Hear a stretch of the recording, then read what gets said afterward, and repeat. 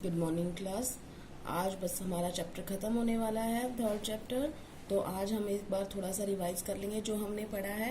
सबसे पहले हमने पढ़ा था कि कपड़े जो हैं वो रेशों से बनाए जाते हैं, फाइबर से बनाए जाते हैं, और वो जो रेशे होते हैं वो दो प्रकार के होते हैं। प्राकृतिक भी हो सकते हैं, संश्लेषित भी हो सकते हैं। प्राकृतिक जो होता है उसका मतलब होता है हमें प्रकृति से मिले हैं।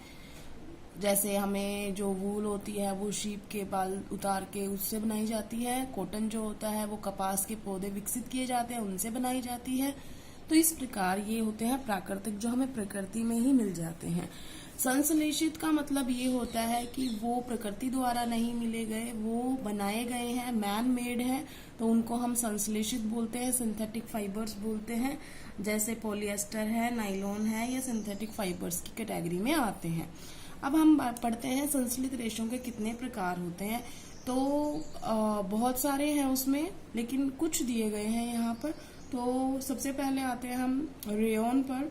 रेयन जो होता है वो पहले जो होता था हमारा सिल्क, जो मलबरी के जो पेड़ होते हैं, शहतूत के जो पेड़ होते हैं, उनके ऊपर जो सिल्क मोथ लगता है वहां से जो हमें फाइबर मिलता था वो सिल्क होता था। और वो सिल्क जो होता है वो बहुत महंगा होता है और इजीली अवेलेबल भी नहीं होता है।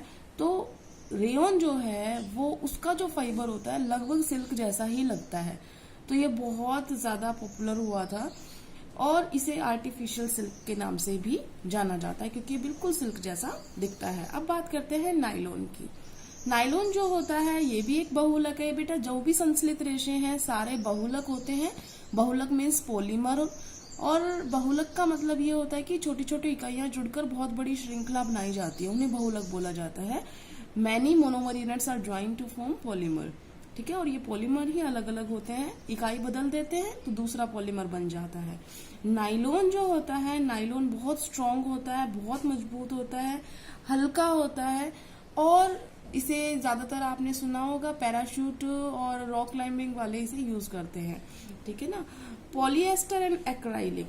पॉलिएस्टर जो होता है बेटा वो ऐसा कपड़ा होता है कि उसमें सलवटें नहीं पड़ती बिल्कुल भी, तो उसको यूज करके इजीली वो धुल जाता है, उसमें दाग नहीं लगते, दाग लग भी जाता है तो बहुत आसानी से धुल जाता है। तो उन्हें मिक्स कर दिया गया क्योंकि पॉलिएस्टर में थोड़ी गर्मी ज्यादा लगती है, तो इसलिए उनको मिक्स कर देते हैं, पॉलीकोट बना देते हैं। पॉलीकोट जो होता है that is a mixture of polyester and cotton. ठीक है, तो वो पॉलीकोट बन गया। पॉली वूल जो होती है उसमें पॉलिएस्टर प्लस में वूल मिला देते हैं जब हमें थोड़ा सा गर्म चाहिए होता है। इसी तरीके से चैप्टर में नाम आया था टेरिकोट। टेरिकोट जो होता है बेटा टेरिलीन प्लस में कॉटन होता है। टेरिलीन एक टाइप का पॉलिएस्टर ही होता है। अब बात करते हैं कि एक्राइलिक जो होता है वो क्या होते हैं। एक्राइलिक जो होते हैं, जितने भी आप कंबल देखते हो आपके घर में, जितने भी आप स्वेटर पहनते हो, वो सारी एक्राइलिक फाइबर्स के अंदर आती है। एक्राइलिक जो होती है वो बिल्कुल ऊन जैसा, जब हमारी ऊन होती है जो नेचुरल से बनाई जाती है उससे मैच करती है, तो इसीलिए हम एक्राइलिक को सिंथेटिक वूल भी बोलते हैं। अब बात करते हैं कि आखिर हम ये जो यूज कर रहे हैं इनके क्या लाभ है। What are the advantages of synthetic fibres over natural. तो प्राकृतिक क्यों नहीं इस्तेमाल कर रहे और सिंथेटिक क्यों इस्तेमाल कर रहे हैं, संश्लेषित क्यों इस्तेमाल कर रहे हैं। तो उनका रीजन ये है कि उनके बहुत सारे लाभ हैं।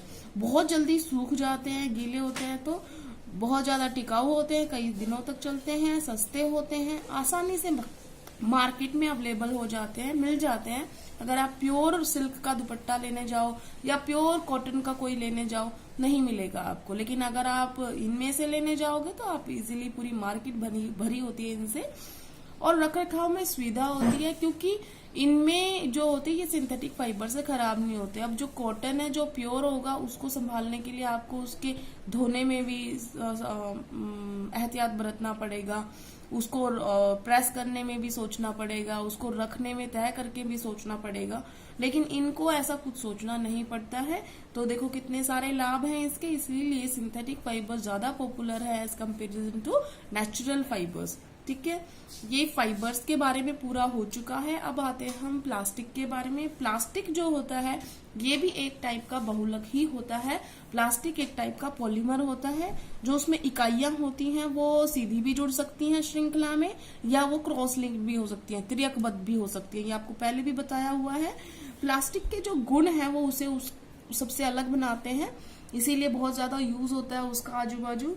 प्लास्टिक के गुण क्या क्या हैं? सबसे पहले तो वो किसी से क्रिया नहीं करता, अनअभिक्रियाशील होता है। इसका मतलब वो इनर्ट होता है, किसी से क्रिया नहीं करता। ठीक है। लाइट होता है, बहुत हल्का होता है। देखा होगा प्लास्टिक की चीजें उठा के देखना और उतनी लोहे की चीज उठा के देखना, आपको अंतर स्पष्ट हो जाएगा।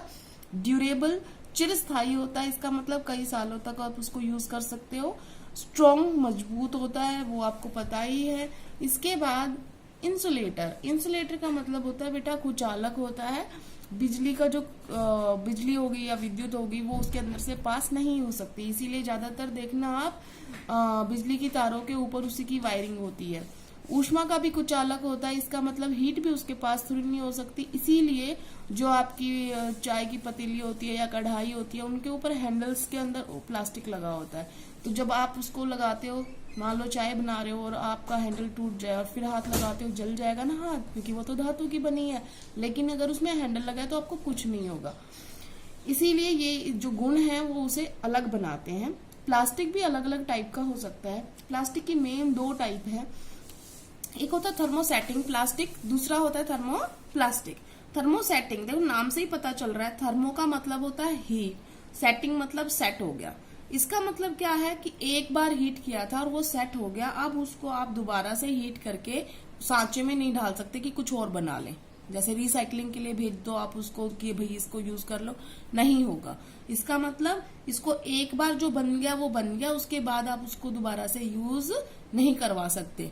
ठीक है, तो हम इसको रीयूज दोबारा से यूज नहीं करवा सकते क्योंकि ये एक बार में ही खराब हो जाता है। दूसरा क्या है कि आप इसको दोबारा से हीट करते तो मेल्ट ही नहीं होता ना, इसीलिए आप उसको रीयूज नहीं कर सकते।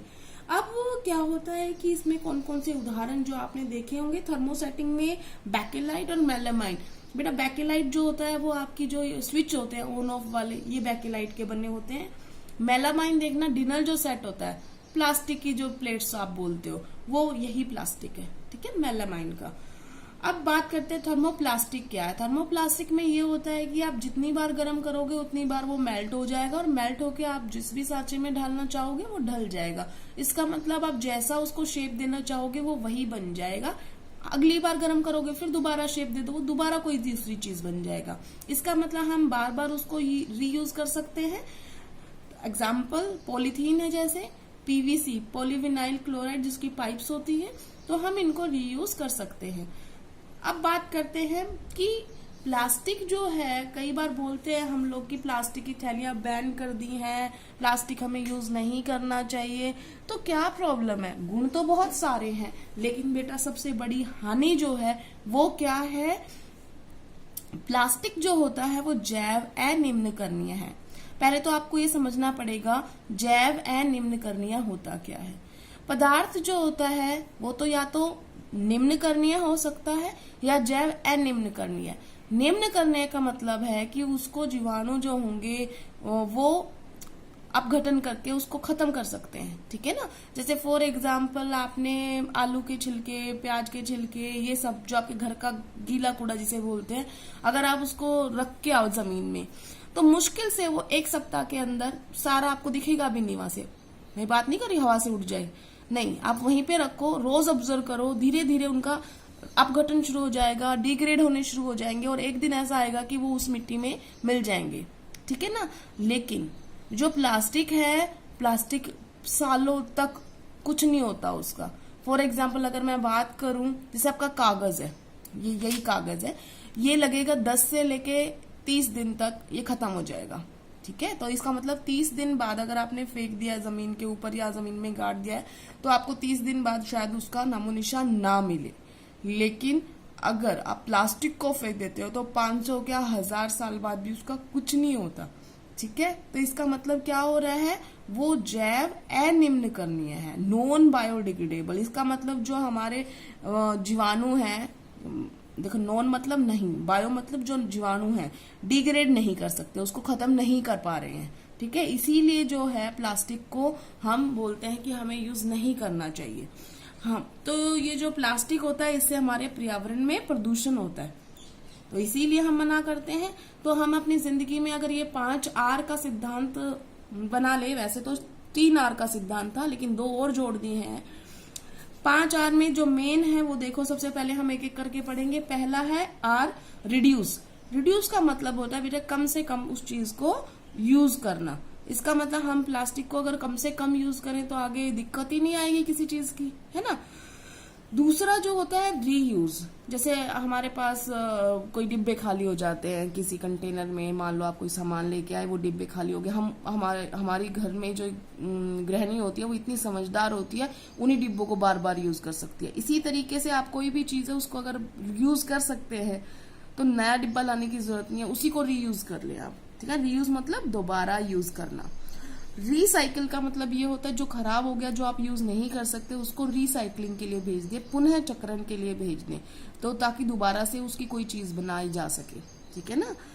4 होता है रिकवर, कि दोबारा से उसे प्राप्त किया गया, ठीक है। और 5वां होता है रिफ्यूज। रिफ्यूज का मतलब है मना ही कर दो, उपयोग करो ही मत। तो मैं तो कहती हूँ सबसे ज्यादा इंपॉर्टेंट आप ये 5वां स्टेप है इसका, रिफ्यूज। रिफ्यूज का मतलब होता है आपने करना ही नहीं प्लास्टिक इस्तेमाल, है ना। तो ये तो सबसे अच्छा है, ना प्लास्टिक इस्तेमाल करोगे ना कुछ प्रॉब्लम होगी। तो रिफ्यूज जो होता है वो सबसे सही है। तो उसके लिए आप क्या कर सकते हो, जैसे आप अपना सामान लाते हो पॉलीथीन की थैलियों में, उसकी जगह पे अपने घर से ही बैग लेके जाओ। कपड़े का बना देती है मदर, इतनी समझदार होती है, तो आप अपने कपड़े का बैग लेके जाओ, जूट बैग लेके जाओ, लेकिन प्लास्टिक नहीं, ठीक है ना। तो इस तरीके से आप अपने पर्यावरण को भी सुरक्षित रख सकते हैं। आज आपका ये चैप्टर कंप्लीट हो गया है, कल हम क्वेश्चन आंसर करेंगे। Thank you class.